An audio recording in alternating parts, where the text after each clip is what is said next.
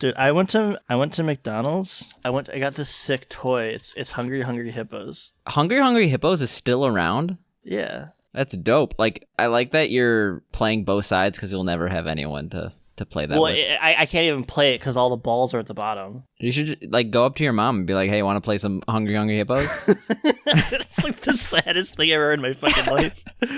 What's good, man? It's your boy Juicy J, man. Shout out to Virtual Homework Podcast.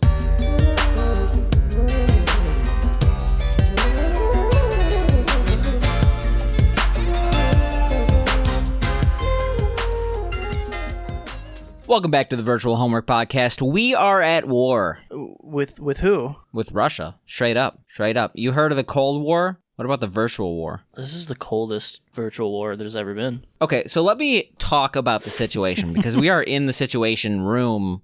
Wolf Blitzers, he's chilling in a corner. We need to talk about the beef. The beef that we all know today. I'm pissed. We need to talk about the beef that is GSPD. The fuck is that? They are a Russian artist, and while it may seem like coincidence, their art for their newest album, which I cannot pronounce because it's in Cyrillic, looks exactly like the art for our podcast. Okay, it's slightly different. They have pink involved. So I'm already buying my ticket to Russia. I don't know where they are in Russia. It's a big fucking country, but I'm just going to go to Moscow and hope I can find them. Like, yo, do you know where these people are? I mean, they are a relatively popular artist. They get multiple millions of Really? views on YouTube, which I was surprised about. Also, I will say, for someone who completely stole our art, their music kind of slaps. I was enjoying the one song I listened to. What kind of music is it? It's like donk Russian electro pop. Man. Yeah, it's actually pretty dope. I will say thank you, GSPD, for turning me on to your music. However, you will be taken to war. And you might think, oh, this is a coincidence. This is a coincidence. It just looks like art. our podcast. What if they're fans of us? Maybe it's a tribute. I mean, that's the thing. I was Like, actually their album's informed of in this. Russian. I was informed of this today by the artist themselves for our podcast. And the reason for that is due to the fact that our podcast artist, they are actually a very talented artist. I think that the work they do, Pluto is her name, Yeah. is super awesome. But they live in Russia. They are Russian. So like they're like listening to music that they like would normally hear. And then they saw this and they're like, holy shit. So yes, it's still probably coincidence, but this So is she getting like contacted you? into the freaky realm. She contacted you? That's how you found out about it? Yeah, she was just like, oh, this is really funny. They stole your podcast art. But What if like, they're I don't fans? think there's actually anything nefarious at play. I will say we will get to the bottom of this, though. I booked us 2 flights to Russia. I hope you've been quarantining. Well, I guess it doesn't matter because you're getting on a plane and going to an I airport. work every day in like a public place. I really can't quarantine. But what if Just their don't entire yell. album is about our podcast? Like they're like, their first song's about our first episode, the second one's about our second, Yeah, it's a 40-episode album. I think that's not true because it's only 10 songs, but they might have condensed a few. Yeah, 4 They might have episodes skipped some per song. shitty games. What I will say, though, is pack your bags. So we're going to Russia. Next episode, I know I always tell Dana, I'm always like emailing him. I'm always DMing him at like 4 a.m. We're recording here, and it's like a Yeah, we're temple going to, in like it's like Bikini rural Faso or Tibet. something. Yeah, so now it's going to be in St. Petersburg, Russia. I'm going to guess it's not going to be in Moscow. Fuck, No. that's too obvious. So they're going to go to St. Petersburg, maybe a little bit of Omsk, maybe a little bit of, I don't know, Volgograd. We're going to Russia. We're going to get to the Is there bottom going to of be a this. connecting flight? Yeah, I mean, I could see that. The only other thing that I really had to talk about before we got into anything else, at the end of the last podcast, you went on a tangent regarding a video that got taken down from your channel, personal channel on YouTube. Did you ever figure out what that was? Oh, no, it wasn't taken down. I'm just stupid.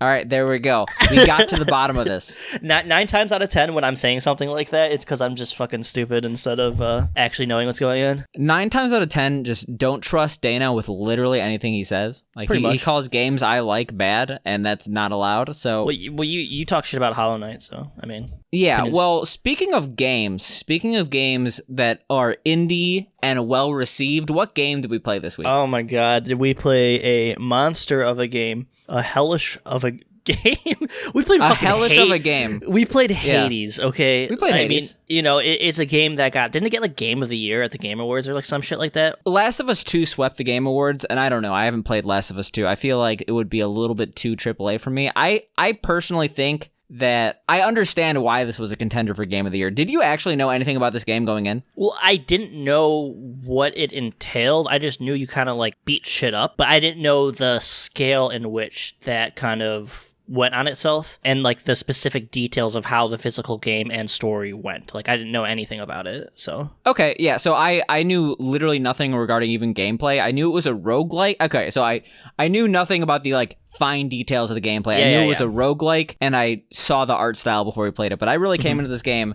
very blind, and I had a lot of fun. I don't know about you. I loved this game. But before we get into the game and how to play, I'm just gonna give you a call out here. Why the fuck did you get this on PC and not Switch? It was cheaper. Okay, that's a fair reason. But like the thing is, like, I'm just imagining me having to play this on PC, and I would have still enjoyed it. But like the fact is, like I played a shit ton of this game. I played like 20 hours of this game. Yeah, I probably played about 20 hours of this game too. I haven't been engrossed in a game like this in a while. But like most of that was like me in bed, me chilling, me in positions that PC gaming does not allow. Yeah. So this game grows on you so honestly. hard. Like it's a slow roll that just gets better and better. I feel the more you play it. We should kind of like start on like what the game actually is. Hades is like you said, it's a roguelike. We play as Zagreus, I think that is his name, which is the son of Hades, the lord of the underworld. You're pissed off of being stuck in the underworld, so you have to travel through I don't want to say the depths of hell or Hades, whatever it's called, to get to the surface because you want to join the mortal realm and eventually reach your family, which is, the gods on Mount Olympus, like Zeus, Hermes, and stuff like that. So you ever see that like shitty movie from like the early 2000s, The Core, where they had to like the plot was like they had to like drill to the core and set off a nuke because the Earth rotation was. It's basically just watch that movie in reverse, and that's what this is. That's like the worst description you could possibly give for a game like this. I don't what the fuck do I have to take from that? But yeah, it's a roguelike beat 'em up. You have a weapon. It has multiple different types of attacks. You could change out your weapon. You could change out like some enchantments you have. But the gist of it is that you could beat this game in one try. There are literally there's a speedrunning community of this game. You have everything you need to beat this game as soon as you start. But the thing is, it's a very, very difficult game if you're trying to go about it that way. In fact, like near impossible for a first timer to beat this game without any of the upgrades. The whole plot of this game and you learning about why Hades is what it is, why the underworld is what it is, why your dad makes certain decisions, why people in the underworld are making their decisions. You learn that through going through this trial to get to the surface and dying multiple times. So many times over and over and over. While you're getting help from your family members on Mount Olympus, so Zeus, and stuff like that is going to be giving you buffs to augment your weapons, which I believe there's 6 or 7 different weapons that each have like 4 different playstyles for each weapons. Like there's actually, limitless. I'm going to correct you there because I'm pretty sure technically there's 7 weapons, but there was actually only 1 weapon. I tried using the other weapons and they all sucked compared to the first one I used, in my opinion. Okay, I'm going to just say that was the way I played. I was like, I got good with this weapon. So I tried playing 3 different weapons. The last 3, I did the bow, the hand, and the gun. I think the gun is the best weapon in the game. Okay, I mean, I could see that honestly, but the thing is, the way this game works is it really rewards like skill and understanding how to like use a weapon to the fullest. So like given that I never made it out of the underworld, I'm trying on the weapon I'm most familiar with. So I really only use 1 weapon this entire game. But yeah, the thing is, when you die, you learn more about each one of these characters. It basically gives you a trickle of information that like it takes multiple attempts out of the underworld to get. And with each death, you retain some, or I guess most of the power-ups you get in each of these trials. So you're able to spend like this in-game currency on weapon upgrades. You're able to like... So you basically get stronger and stronger after every single trial, that you're trying to get out and stuff like that. You're going to get farther every time. Maybe you'll get fucked over, maybe get bad upgrades, but you're going to be stronger and stronger over time to the point where so your average basically increases, yeah. Yeah, so it's like at first maybe you're not even getting to the first boss, maybe you're dying at the first mini boss, and then by the end of it, every single round I was getting to the 3rd area final boss like consistently, like every round. So it's like I wasn't getting quite I've gotten to the 3rd area final boss, the the two people. Let's just say that without spoilers. I beat them one time, and then I got fucked over by the next zone. But I genuinely think I'm bad at this game, but I don't care because it's really fun. I think that this game is the way fun. you do a roguelike. So the only other roguelike I really truly enjoyed was Binding of Isaac, which is another great game.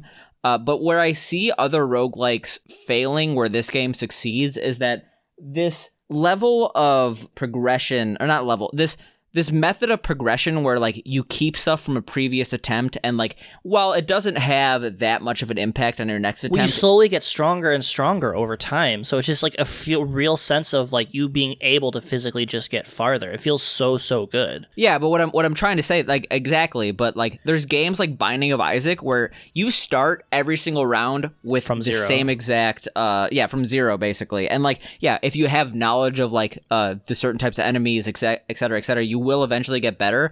But that's much of a, like, this game is a slow burn, but that's a way slower burn where it's like you have to have absolute mastery of every single thing in that game to really get anywhere. And like when you die, it's much more frustrating because you know that like, oh, I have to do everything all over again. I think that this approach where like you feel a real sense of progress, like it makes me feel good. But to go on that like slow burn subject for a bit, I personally, like, I was worried from the past couple games that, like, I, like, legitimately have been, like, burned out from gaming because at the end of the day, yeah, I may have picked some games that were not great, but, like, even games that were good. Like, we only wanted to play, like, 2 hours of them, right? Like, not very much. Yeah, but this took me out of that because, like, I was actually feeling that, like, at the start. I'm like, this game is very well received. Oh, but, like, the more I played, the same way. like, the more it captivated me. That really made me happy I would about it. sit there thinking, like, it's like the same thing I'm doing over again. And it's like, let me go one more round.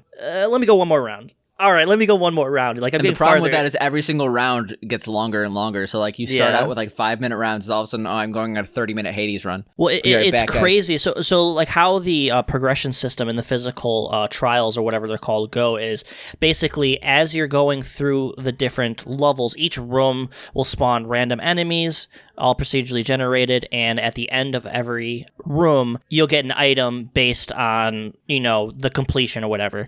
Whether that's a boon from one of the gods, you might get some crit stuff, you might get, from Zeus, you get some like electricity stuff that's going to augment your abilities to, maybe your special shoots out lightning stuff, or you'll get Poseidon, which makes all your abilities knock back. Mind you, his dash is the most broken shit in the entire fucking game. To make for some amazingly interesting different builds based on the weapon you choose, based on the boons you get, that's going to make your gameplay different every single time. Or if you like really like a build, you can kind of like perfect it and strengthen it over time as well. It's which is basically what I'm doing. I know what works for me, and I'm just trying to use that to get further and further because I want to beat this game at least once before I literally wish I was playing this game right now. Like, I was playing this up until when we started the podcast. That's how much I liked this game. I played this game for 9 hours yesterday, and I haven't played a game for 9 hours in a very long time. The thing is, I mentioned like this is I keep going back to this because like I feel weird to be this engrossed in a video game. Like, it's been a very long time, and I want to just emphasize like this.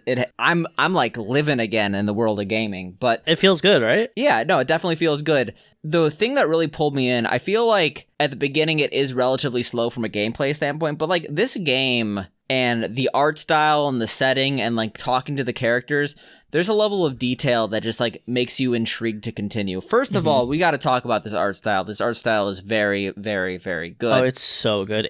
I think it's kind of it's like cell shaded almost, I want to say. I wasn't sure that's what you would describe it as. I would call this like the Dark Souls of like Yoshi's Island. Like everything has like these strokes around it, and they like look really good. Gorgeous, but like it's so shiny. It's like looking at a pile of gold almost. Like it looks great. Have you seen the other games by this developer? Like, I've always wanted to play Bastion. I looked at some of their other games. I never played them. Maybe we'll do Bastion in the future. Because if this game is as good as we both think it is, I imagine some of their other stuff that's been well received is probably just as fun. I think Bastion was about as well received as this game, but it just didn't have the audience because like it was their first game. Yeah. But I could be getting my history wrong. I will say, okay, back on the art style, looks beautiful. It's an isometric view, 2D top down. Mm-hmm. The question I have is isometric ever good? I don't mind it. It really depends. I think the angles in this work for the type of game. I don't really know how else they would have done it. Like, I don't think this would have done it if, like, the camera changed, like, depending on where you were looking, if it was, like, front-facing or anything like that. I think that how this game works, the isometric serves it quite well. I agree that the game works as it is, obviously, but, like, I wonder how much isometric, like, hampers the game. Like, we both are at this point where, like, the game is relatively perfect to us. So if we are trying to, like, think about this game with, like, any sort of, like, change, I'm not sure if we're going to be able to do it. But I think that isometric generally gets in the way. Like, it makes things hard to see. Well, yeah, because then there gets to be at like corners, like, where you can't see enemies and stuff like that, which, granted, there are very, very few and far between times when that becomes a thing. Like, if an enemy gets stuck on, like, the bottom left because you knocked them back or something like that, you might not be able to see projectiles coming at you, but it's like, otherwise, I feel like they had a lot of things in mind to combat that. For example, how, like, the pillars get destroyed and damage enemies, so they're not, like, blocking view and stuff like that, and you can kind of use that and the environment around. We didn't even talk about how you can use the environment to, like, your advantage with, like, traps, pillars, and stuff like that. Like, you can drag enemies into traps or knock them in the tracks, so they explode or get hit. You know, it seems like every little thing as far as, like, the gameplay goes was just completely thought about. Yeah, I agree with that. I think I'm just an isometric hater, but yeah. I mean, like, if we're talking about details, like, one of the real reasons why I think this game is, like, transcends a level from, like, good to great is the attention to detail. Like, you always hear, like, attention to detail. What does it really mean in this case? I think that there are certain games where dialogue ruins it. And, like, you would think, like, dialogue, like, especially in a game that's story driven, like, is the main point that people, like, go and say, like, oh, this is a great game. But like, if it's not done, even if it's done well, but there's, like, a couple blips, like, it really takes you out of the experience. The dialogue here was really good, I felt. Like, it made me really interested in the characters. Like, it's basically all, is this Roman or Greek mythology? I forget. I think it's Greek, right? It's Greek. Yeah. Which is one of my favorite subject matters ever. I always thought that stuff was super, super cool. So you're basically talking to all the gods, you're talking to, like, minor characters and stuff like that, to, you know, famous heroes in the mythos of, you know, Greek topics and stuff like that. It's just to get you fully engrossed, and every one is completely developed. And as you play along, you can develop relationships and give them items to make the relationship with them stronger, and allowing them to give you more powerful buffs and boons when you encounter their buffs, like, out in the field. Like, it's super cool. That, and you have this logbook where literally every single thing, like, your interactions, like, you get, like, the story on each character. But, like, what I was going to say regarding the dialogue is, like, each little thing is accounted for, and, like, the level of detail is insane, because, like, you will get killed by an enemy, and then you'll go back, and then this one character will be like, oh, you got killed by this enemy, why don't you do X? And then it's like, oh, that makes sense. And then you go back, and, like, that enemy, you'll kill them. It's like, oh, this is revenge for last time. Like, they thought of that. Oh, but, yeah. like, more importantly, that's, like, cool the first time, but I feel like even ProZD did a video on this where, like, if a character has, like, a repetitive line over and over again, like, it loses I don't the cool. remember a single repetitive line from this game. Yeah. Literally none of the every dialogue time. repeated itself the entire game, and that's crazy to me, because that's, like, one of my main concerns in video games. It's not from Animal Crossing, but, like, I call it the Animal Crossing syndrome, because when I'm playing Animal Crossing on Switch, one of the things that really takes me out of the game is I have multiple characters on my island with, like, the same personality type, and like, let's say my jock Buck says, oh, I'm doing squats in the forest. And then, like, I have another jock on my island, and he says, like, the literal exact same thing. Oh, I'm doing squats in the forest. That's not the actual line they use. But, like, when you have the same dialogue repeated over and over again, you're just reminded this is a video game. This is programmed in. This game has so much branching dialogue that was never the case. Oh, and I'm so like, amazed by that. Like, literally, like, enemies will have different dialogue based on, like, the methods you use to get to them. Like, for some of these later bosses, they'll be like, you'll have to fight, like, maybe there's, like, that 2 boss on the 3rd level, spoiler, you sometimes have to fight one of them as the mid boss, and if you fight them and beat them a certain way, they'll, like, make a callback to it. That's different every single time you do the same thing. I've never experienced in that game. Like you said, it completely engrosses you in the world, and you're not taken out of it by being, like, the same, like, haha, you never thought I would do that type you know what I mean? Like, the same fucking tagline they do over and over. Yeah, even I when think you, like, that enemy got the point. Step back, yeah. Even when you step back and appreciate the worlds in there's, like, the hub before you actually physically start each like area. like you can step back and kind of go to a corner and like do like an overview of everything. The dialogue's different every time there, and it's just, I don't know, man. Like I said, I wish I was playing this game right now. That's how much fun I had with this. I didn't think I would enjoy it this much, to be honest. Yeah, in fact, like I spent a lot of the time in the hub world just enjoying myself, trying to talk to everyone, like trying to like you could customize it too with like your gems. It's really a fun experience. And like on your point of like, I wish I was playing this game and you didn't expect to enjoy this as much. Like I always have an aversion to like I'm a contrarian at heart. Like when I see a game has like these massively inflated review scores, when it's like 9.5 out of 10, I'm like, it can't be a 9.5. It's probably just really tickling the critics' fancies. But this game is it's a very good video game. I'm not gonna call it the best video game ever. I don't know what makes that title, but this is probably the best video game I've played on the podcast. I'm going to say that. I'm going to actually say this is the best game I've played on the podcast. Yeah, I mean, it's probably definitely top 3 for me. As far as enjoyment, I'm so happy to hear that you enjoy this game. I was afraid that you weren't going to enjoy it, because I know like these types of games, I feel could skew like slightly one way, and then you would just not like it. The weird thing is, I don't generally like beat 'em ups. I was like kind of scared because of the beat 'em up genre is not really something I'm super into, that I wouldn't like this game. But I think this is the best game I've played on the podcast. I'm willing to say that.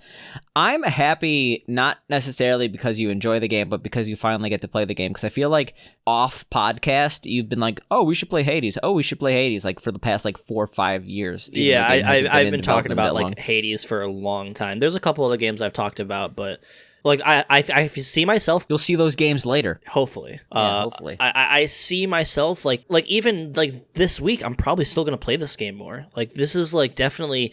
It feels like a game that can be my go back to. Did you end up watching the speedrun? I haven't, because I want to actually get out of the underworld before I do it. So the thing is, I spoiled myself. And that I saw a streamer I follow's title, and it was like trying to beat my PB of 10 minutes and 40 seconds or something like that. So I know it's a relatively short speedrun, but that makes sense. You want to know what the world record is?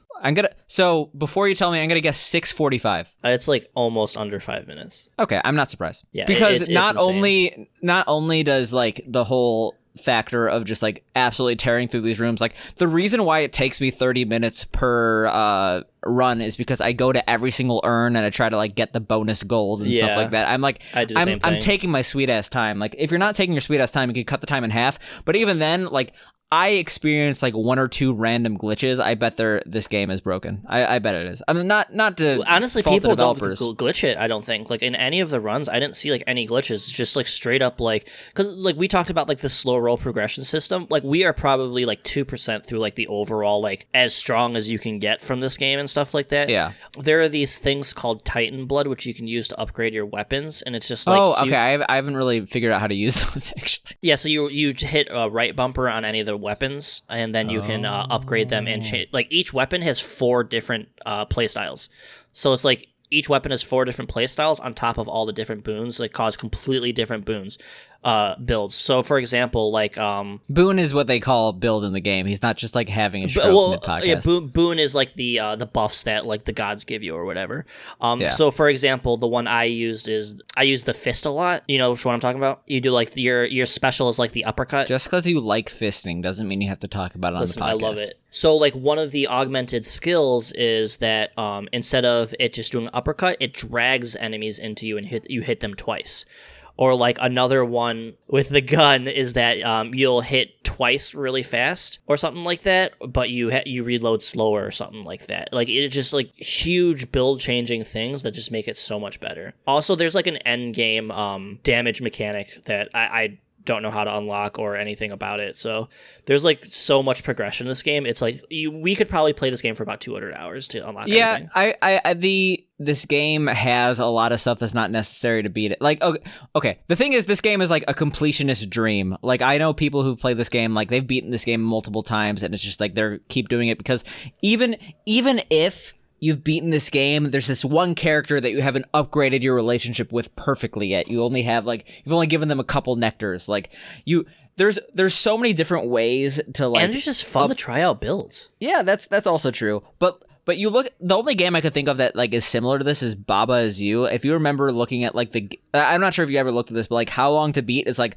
3 hours to beat the game, 10 hours if you're like trying to do the extras, completionist, 300 hours if you're a completionist. It's like Jesus fucking Christ. Yeah. And like this game is similar, where I think it's about 20 hours if you want to beat the game, or it's somewhere around there, like 25. But then it's like 40 hours if you're a completionist, and then it's like an additional like something else if you What's the farthest really want to you got? get everything. I told you, man. You got to the last boss of the third world? Yeah. Okay, so twice. You said you weren't upgrading weapons. You are probably missing out on about 50% of your damage. Okay, that's probably it. I don't know.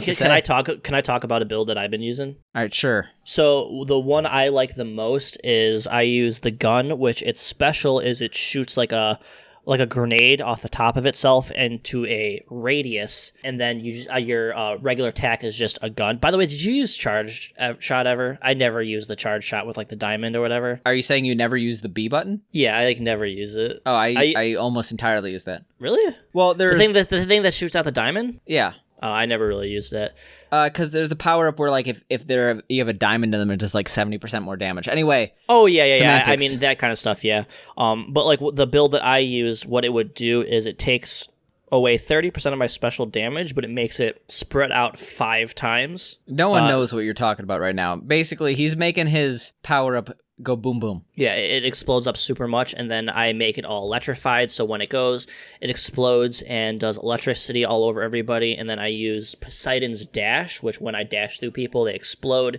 I augment that, so I'm basically just like diving at all times and just augmenting my crit damage, and just I could gush about this game. It's so much fun. Like, yeah, that's the fucking problem, because like this is what happens. Like, this is why I didn't play Hades until now. It's because like everyone's like, oh, Hades is so great, and then no one actually explained to me why Hades is great. They just said, oh, it's so great. I put my build on my spear, and then I hit the button, and then the ult happens, and the enemy go boom boom. Play this game. Yeah, here is the virtual homework plead to play this game. The reason why you want to play this game is because it is $25. It is not a $60 game. It has many, many hours of enjoyment with a beautiful art style. If you are into indie games at all, you will probably be interested in this game. It doesn't matter that this game is a beat-em-up. You will enjoy it even if it's not a beat-em-up. If you like a game like Binding of Isaac, which is another roguelike indie darling, you will love this game more than Binding of Isaac. I'm willing to say that much. The reason why people love this game is due to the attention to detail, due to the story, due to the plot, due to all this shit coming together to make a perfect experience. Can you think of any negatives other than the isometric? I just generally don't like games set in isometric plane. I think that's more of a me thing than this game. Things that I don't like about this game. I mean, I would say it has a relatively slow start, but I mean, I obviously got past that. But would I get past that if it wasn't for the podcast? I don't know. So much. I think that builds for you enjoying it so much more, though. Like the fact that it has a slow start, you notice like your first run, you like die right away, and then the next run you get like slightly farther. It's like addicting. True, but like that's like saying what doesn't kill you makes you stronger. Like you still got maimed before you really got into it, you know? It's true. Well, I'm happy you enjoyed this game. I was afraid that you wouldn't, so. Well, I don't know. I'm always afraid that, like, if a game is, like, I always try to play, like, really, like, gamery shit. You know, like Star Sector or, like, really, fucking. Like Call of Duty 4. Yeah, like, super. Fuck you. Like, super in-depth games, and I'm just happy you enjoyed this game. That just goes to show how good of a game is. If would you call this game next fucking level? No, I mean, I just think it's a masterclass in not too in-depth. Like, it doesn't go too in-depth. I think that's what serves to make it such a good game, because I've played a lot of roguelikes where it's just, like, too much. Like, too much weapon, too much customization, too much this, too much that. This just finally points down what it needs to do, and there's, like, no fluff or bullshit with it. Like, So you wouldn't, like, hypothetically, if no one had done this before, you wouldn't post this on r/next fucking level on Reddit? No. You wouldn't say this is next fucking level? No. Literally a dude holding up a sign that says, like, racism is bad. That's next fucking level. People on the internet are stupid. Next fucking level is the worst subreddit of all time. Like, I literally see, because I browse Reddit, I go to my subreddits, and then because I want to get really angry at the world, I go to r/all, which is just a bunch of people posting stupid memes. I love memes, don't get me wrong, but these are like dumb memes. These are like, someone upvoted my post in 5 minutes. Thank you, Keanu Chungus. And I'm like, this is I want to die.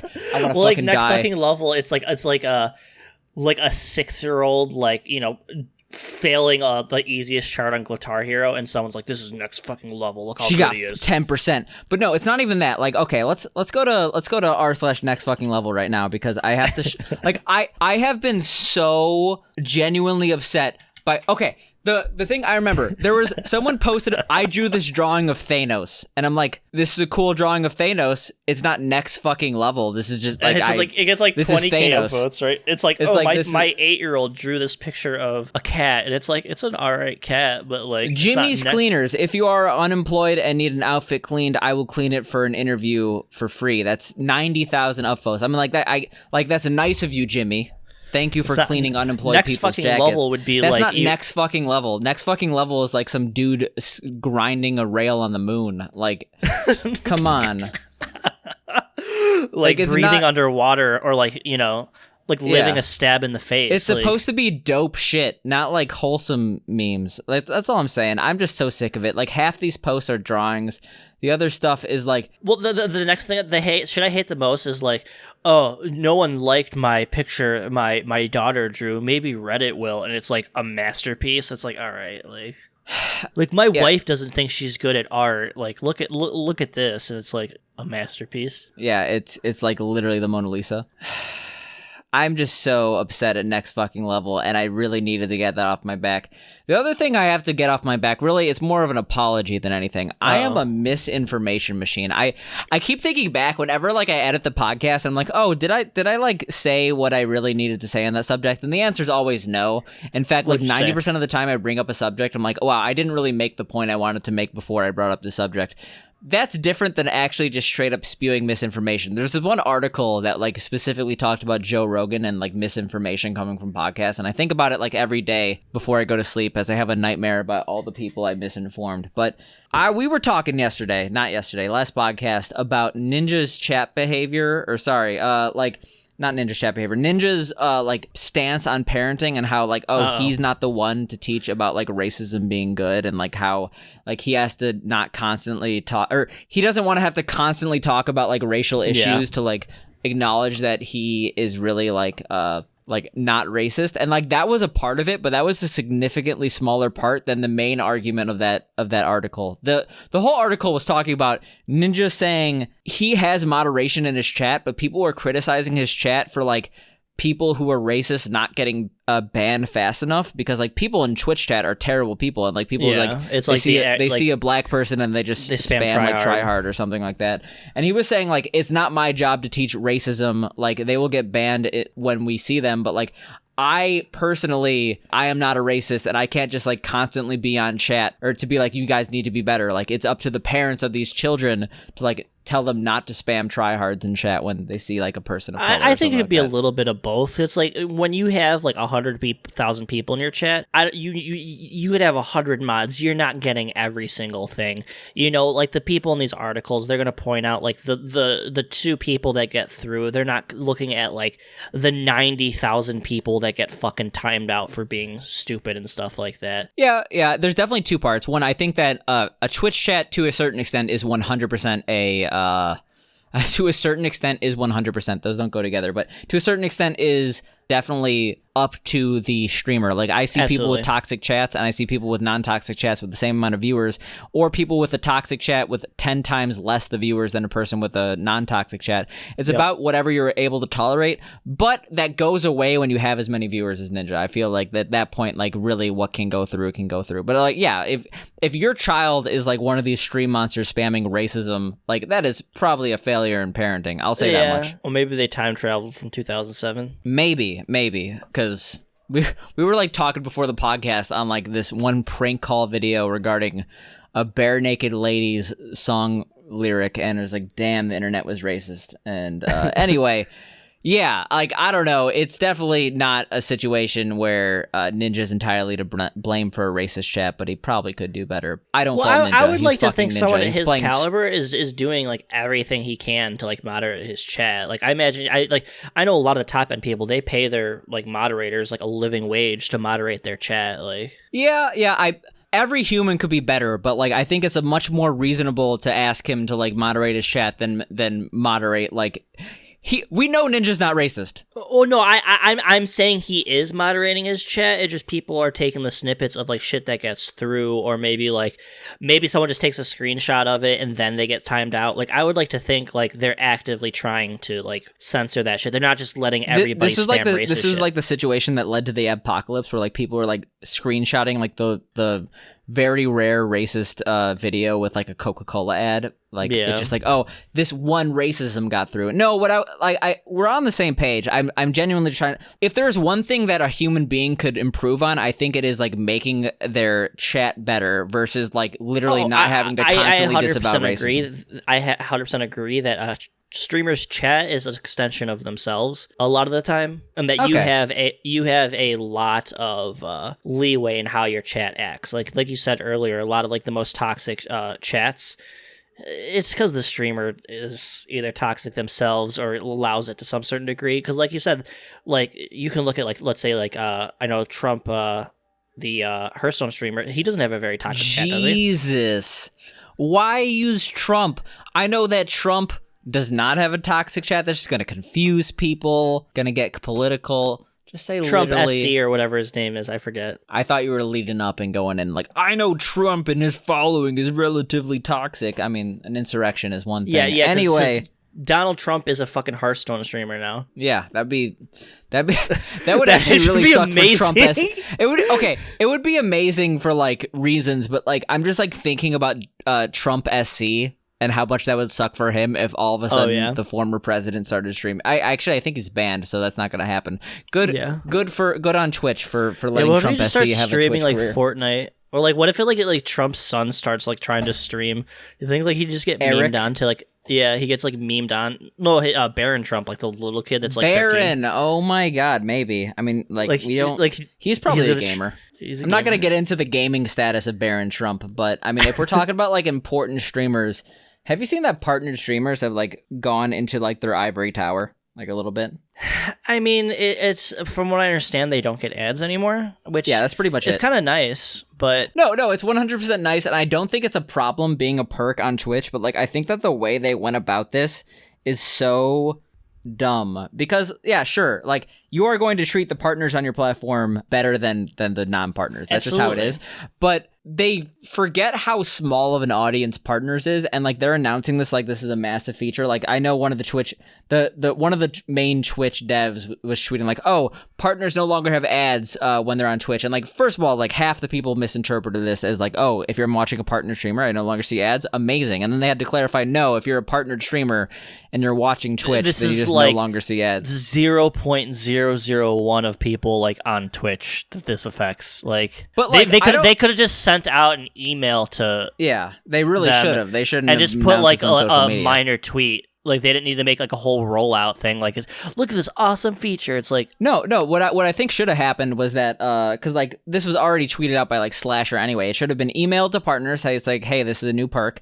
Slasher would have been like, partners have gotten emails saying they no longer see ads on Twitch, and people are like, oh, that makes sense, and then that would be the end of it. Instead, we have a situation where like Twitch officially announced this, and you have a bunch of partners retweeting, oh, this is amazing, and then like people are like looking at this. At least I was looking at this like, okay, fuck you too, man. Like you don't have to brag about not seeing ads on Twitch. It's kind of tone deaf. Like, come on. It kind of comes off. Like I understand they're happy about it, which they have every right to be. I think that they deserve not to pay it if they're like a partner and stuff like that. But it's just how many times over and over can Twitch be like completely fucking missing the mark on shit. Like I think the funniest thing is with their purple backgrounds with if you're using like stream embeds or something like that. Oh like, on the official like Dota website. Basically the way that Twitch has been trying to combat ad blocker is that when you start a stream and then every 15 minutes or so, there's like a 30-second thing that says, you were using a third-party tool to block ads. This actually affects performance. Please turn it off. And that makes sense on Twitch as a platform, but like if you're embedding Twitch, like if you're a charity like Games Done Quick trying to do a stream on Twitch, that significantly affects like your ability to get viewers. So it's Twitch like embeds on like, you know, esports websites, like the official Dota website where a lot of people like watch shit, or like esports tournaments where they have like live shit. It's just like awful. Like there's just like that purple screen. Twitch is somehow they make terrible decisions. Like literally when every single time it's like we could either like have a kind of good PR situation or we could like make it way worse. They choose the latter.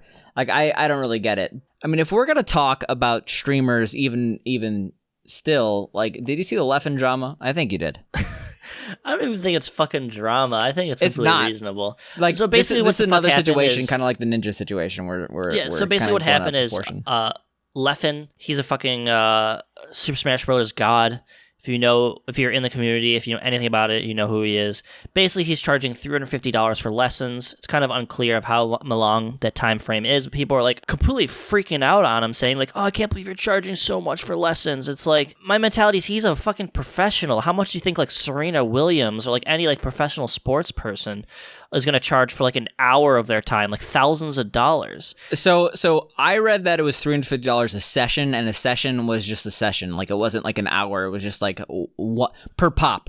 But it was most likely much longer than an hour. So like it would probably equate to like maybe half that. But yeah, like even at an hour, that's a good price. Even if it was $350 an hour, like if you're literally being trained by like a top 10 in the, if Tom Brady's like $350 an hour, I'll teach you football. It's like, oh, that's a good deal. Like it's basically the same thing. Like people are like, oh, you're teaching video games, like you can't do this. Well, like people's literal entire lives are devoted to Smash. Oh yeah, if you want to learn from the best, you're gonna have people to undervaluing esports. Yeah, and it's really one of these situations where I feel people like just really want to get upset on Twitter, and that's really it. Yeah, I mean that's all it is. Like, oh, this is shit. It's like, why not? He could have just not done it at all. But he did it. I think he has every right to. Like $350 an hour from like a top like player in any given game. I think that's worth every fucking penny. Now, this was admittedly a lot less of a discussion point than I thought it would be. I thought we'd be able to talk about this for longer. But if we want to get into drama, because the whole point of this podcast is content, and if we don't have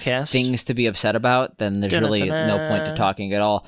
Did you see the news regarding speedrun.com? Well, I did see it to some extent. It's something like the Mega Man community, they wanted to have their leaderboard taken off it, correct? And because they wanted to have it on their own website. But if someone like wanted to have it, then they couldn't do anything about it. What happened with speedrun.com is that speedrun.com was no longer owned by a single entity, Pac, who is a cool guy from Ireland. Pac made speedrun.com. Pac's chillin' with speedrun.com, trying to make a global centralized leaderboard. And what he ran into was that there were multiple communities, specifically the Donkey Kong Country and Mega Man community, that were like, hey, I like what you're trying to do with speedrun.com. I like that all these leaderboards in one place.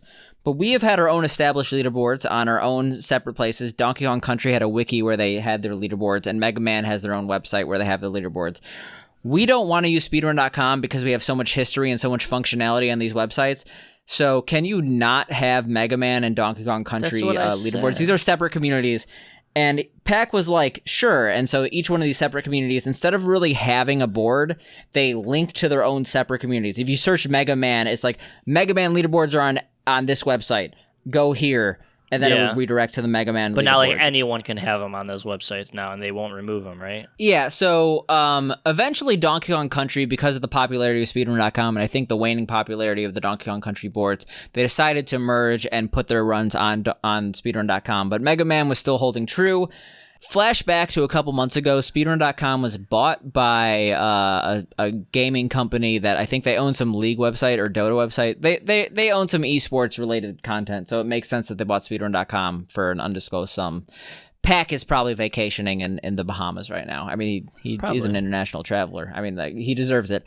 People were worried, but like they were pretty cautiously optimistic due to the fact that like there were actually like improvement upgrades and like a lot of cool features added. Well, but recently they've come under fire for unlinking the Mega Man boards with speedrun.com. So speedrun.com has its own Mega Man boards. People could submit to it if they want. It's under no authority compared to the Mega Man boards on the wiki. I mean, the thing is, like, it's under some authority. Like, there's definitely still mods there. I don't know who the mods are compared to the Mega Man website, but it's coming under fire because the whole point of speedrun.com, while it's a global leaderboard, the level of autonomy given to a community was like the reason why it was so successful, because each community could moderate their own stuff. You generally don't But need... now there's like the separate, like two separate communities almost, like individually moderating, and it kind of like is fucking everything up, right? I wouldn't say it's fucking everything up because like it's still the Mega Man community uses their own community, but it's definitely causing confusion because it's like, where should I submit my run if you're a complete newbie? I think that, so this is like, you could have your own opinions. I'll go first, but I definitely think that this is something that is overblown in the community. I think that the only person who agrees with me is Andrew G. So shout out to Andrew G. You actually agree with me here.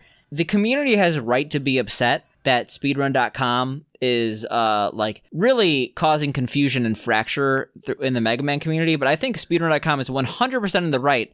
Like, they shouldn't really need to make exceptions when their goal is a globalized speedrun leaderboard. Yeah. If they want to have things globalized, they need to allow all games on their platform. And it's one of these things where if you build it, they will come. If people want to use speedrun.com, which has a lot of usability, a lot of features that people already recognize compared to an offsite leaderboard, then they are willing, or they're welcome to use speedrun.com if they choose. If they want to use the Mega Man wiki because of the history, because of the extra functionality, they are also able to do that.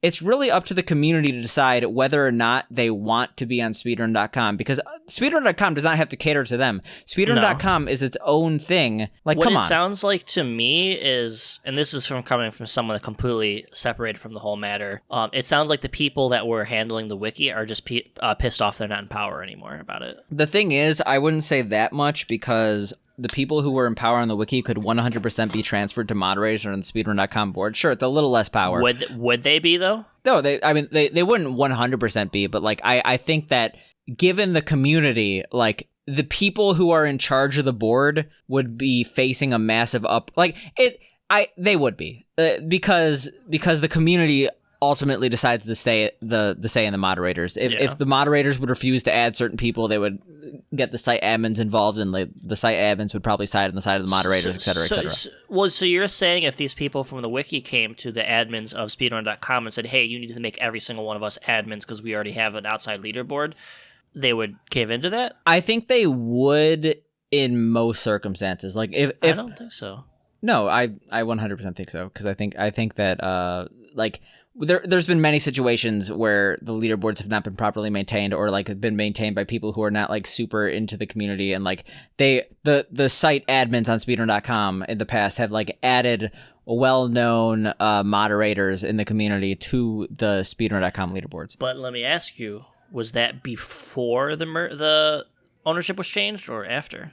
This is something, so even though the ownership has changed, speedrun.com has its own set of full moderators that are able to mod every single game, and those have not changed. So I don't think that'd be an issue. But like, yeah, sure, there is a power dynamic at play. People want being decentralized, or being on a different platform allows them to do their own things that aren't on speedrun.com. Well, I think it's conducive to having like a less populous community. If you're like on some other random platform, like forums and specific like websites aren't really a thing anymore. The more centralized you are, the more people you're going to have in on your thing, you know? Yeah, websites just don't exist because Reddit. Yeah. It's just like, instead of making my one-off website, it's on Reddit now. But yeah, like I think that if speedrun.com wants to complete their mission of having a standardized speedrunning community, they should definitely do what they did. Now, is that going to piss off the Mega Man community? And if I was a part of the Mega Man community, would I probably be pissed? Yes. But I do not fault speedrun.com for doing what they're doing. If the Mega Man community truly wants to be separate from speedrun.com, they will be separate. But if the speedrun.com leaderboard is more attractive to the community, people will go there. And I'm sure the people who love the speedrunning wiki for Mega Man will hate that change. But there's a reason why speedrun.com is so popular. Like, literally people from board to board understand what's going on. They understand the process. Like, speedrun.com works very well as a moderating mechanism. So I am personally not on the side that most people are. Like, be the change. I say this a lot, but be the change you wish to seek, or be the change you seek.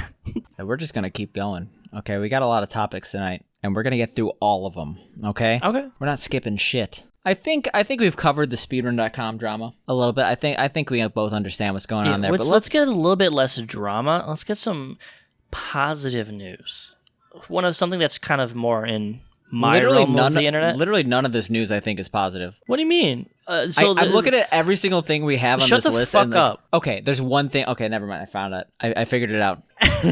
I figured it out. No, so I play Blizzard games. I love World of Warcraft, love Blizzard games. BlizzCon Online was announced for the end of February. You don't have to pay for it. It's completely free, but you can pay to get some cool in-game items relevant to BlizzCon, which I think is kind of cool. BlizzCon, as you know, Sam's favorite convention. It's one of my favorite things. I look forward to it every year to see what Blizzard is coming out with. But I think it's kind of cool that we can watch it for free this time. Yeah, I mean, the thing is, I don't give a shit about watching it. I never watched it before I actually went, and the fact that I'm not going makes me sad. But I personally, I'm applauding the fact that they're not making Blizzard.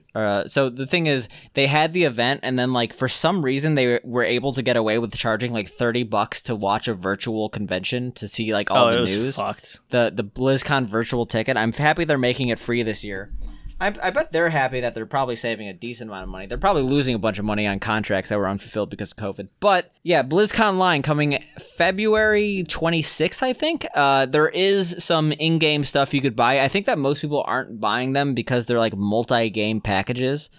You get a bunch of stuff in WoW and Hearthstone and Heroes of the Storm, and no one plays all the Blizzard games. That would be too much of a no-lifing. So that's many games. Yeah, I personally don't know anyone who's doing that. I'm a little upset because they haven't announced a BlizzCon exclusive Hearthstone card back. Maybe I'm just not in the loop. Though. I also haven't gotten a Hearthstone card back in so long because I only put Battlegrounds now. They literally announced that there's multiple, I think. Well, then fuck you. I can actually tell you exactly. Misinformation Cast, Part 2. This entire podcast is Misinformation Pass. Misinformation Pass? Is that the new movie pass? No, I lied. There is no. You don't get a new back. There we go. You just get Misinformation Cast. Wait, anyway, it's actually fucking awful. So for $20, you get 10 of the new packs. For $40, no, I never said they were a good deal. They're not a good deal, and it's also multiple games. So it's. Well, it's if you only play one of them, it's really not worth the money. I'm basically paying $60 to $40 for a mount, which I'm probably gonna do because I'm a piece of shit. Yeah, you're a piece of shit, Blizzard cuck. Well, I am looking forward to the event. I'm looking forward to the Blizzard gear because usually there is actually something cool from BlizzCon. The thing I love about BlizzCon is the fact that the community all is into the same thing. So I'm able to really make friends with anyone there, and the fact that the entire event is open container, so you're able to just walk around with the beer. That's pretty great. Or an adios because that's what they have there. I will say one of the other things I enjoy is buying merch I never use. I usually get a signed print for free, which is great, and I'll frame that. That's actually worth something, and that's free. And then last year I bought this Hearthstone backpack. It's the most piece of shit backpack I've ever used. It's small, doesn't have a zipper. It has a belt loop, and it's terrible. So I ended up having it's just kind of cool shit, but at the same time it really looks like a Hearthstone anything. Card, and it literally is the least functional backpack I've ever used. It looks cool though. You can let everybody know at your school that you're a Hearthstone gamer. I mean, I literally just bought a new backpack because they're the actual good backpack brand was on sale. Anyway, I'm not gonna say who they are. I'm not willing to get sponsored by backpacks here. I do think that if BlizzCon was happening for real, I'd buy some more useless shit, but I'll only look at the useless shit this time. The only thing I'm looking for in the Blizzard store, they have some Hearthstone face masks, and they look pretty cool. They have some World of Warcraft ones that look kind of cool, but Consumer Cast. BlizzCon and Blizzard store has some dope shit. They have some dope figurines. I know I've linked some of those Diablo art prints that I definitely want when I get my own place. I'm fucking super psyched for that kind of stuff. But I will say that what else you got that's based on shit that's shut down? Based that shit that's shut down, we could have a Corona cast, but before we get off the subject of merch, you specifically said that you wanted to talk about a t-shirt I recently bought before the podcast. You got a Juicy J shirt from the Stay Fly music video. How do you even find that shirt? I searched green skull shirt from Stay Fly music video. You bought it in an XXL. Yeah. Anyway, when we eventually do video podcasts, which is like never, you're gonna see me in an XXL t-shirt, looking gangsta, and that's all you need to know. Your babe? Yeah, pretty much. I would like on to anything else. Oh, actually, speaking of Bape, speaking of Asia, there we go. That's the transition we needed. What's your thoughts on Steam coming to China? I know you think about like the Chinese gaming market all the time. I mean, I think it's kind of cool that they have more access to games. My understanding that it's super limited, like everything has to get like gone through to see like what they can have on there, but they're transferring all accounts there. Like you can play all your current games, stuff like that. You don't have to worry about having to create new accounts. I think we're going to see a lot of new players inside of games that previously maybe weren't there. Yeah, I mean, like, this is weird to me because I remember I would go to Wangba's like every single week. Wangba is an internet cafe in China, and there would basically be a client where it's like, oh, you could choose between 12 games, and it's like one of them is MapleStory, one of them is League, et cetera, et cetera. I'm surprised that like this is happening, not because like an information leakage standpoint. Like people always like fear like, oh, the internet's getting less and less closed in China. They're going to be able to find out about Tiananmen Square, et cetera. First of all, every single person I knew that I was able to have a conversation with is because this is also a scenario where you kind of got to vet a person before you talk about anything that's like anti-government. Like every single person I knew that I was able to have a conversation with they know about all this shit. It's just like they don't want to talk about it because they are extremely fearful of their government. So that's A. So I don't think like the issue of information getting out is really that much because like people, it's not about the information getting out. The information is about control, isn't it? People literally in Pyongyang, people literally in North Korea like know about North Korea sucking. It's just that like they also are so fearful of their government that they don't want to speak out. It's a similar situation, just a little less. Can I bring up another topic on government tyranny? No, because I'm not done with my China rant. The reason why I don't think that this was a smart decision from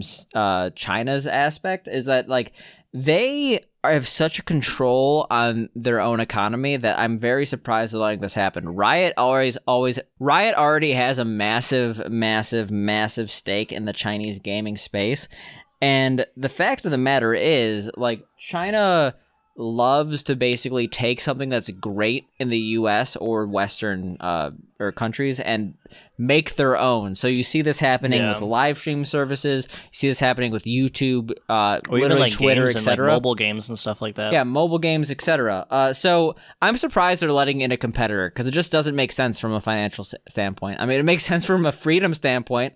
That's pretty chill. Maybe they just want to be like, yo, we're China, we're cool. The one thing I'm thinking is that like China, more than like every other nation I've seen, is like heavy into esports because like China, like a lot of other regimes that are relatively totalitarian, they place a lot of emphasis on like people winning shit from there. So like you saw when Lee Hearthstone, Chinese woman was the first woman to win the Hearthstone championship at BlizzCon, last BlizzCon, and it was actually amazing to watch. Like I thought she played masterfully. It was actually very exciting. But even regardless of the exciting gameplay, like she was a woman, she was the first Chinese national to win. It was like amazing, and like China ate it up. China loves positive press in the esports realm, so like they're pretty heavy. I could see them like wanting to be badasses at Dota. Maybe that's it. But I don't know. The people who are like good at Dota, haven't they played Dota for like 15 years? Yeah, it's a problem with like any game out there. It's like it's impossible to get good at because everyone who's been playing it forever is already good. Yeah, so. that's why like people love Fortnite and like Apex Legends because it's like those are new games. They're not new games anymore. I'm booming. So speaking of government tyranny, it's actually a funny topic. So apparently in France, there was an 81-person orgy that they decided to close down due to COVID concerns. I mean, they're stomping on people's rights.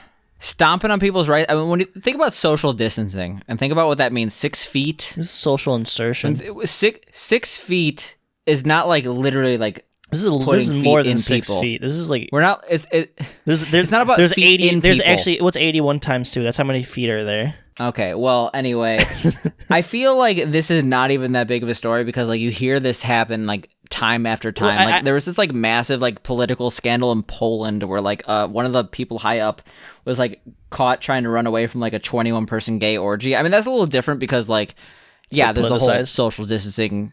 Well, I don't even take away the pandemic aspect. They're like, super who wants to anti-gay. have sex with 81 people at once? That sounds awful. Sounds awful for you, but you're obviously not part of the in crowd. Were you cool in high school? I was not 81-person orgy cool. Yeah, you weren't exactly. Like you were not the person they would invite to their orgies 10 years later. We're not talking about like we're talking about future orgies in your hypothetical high school life. But you were probably not in the orgy crowd. I know when I say orgy crowd, he's like please stop this. We're not talking in that time. We're talking about the people who turn to that. I guess it's official here. I'll never be part of the orgy crowd.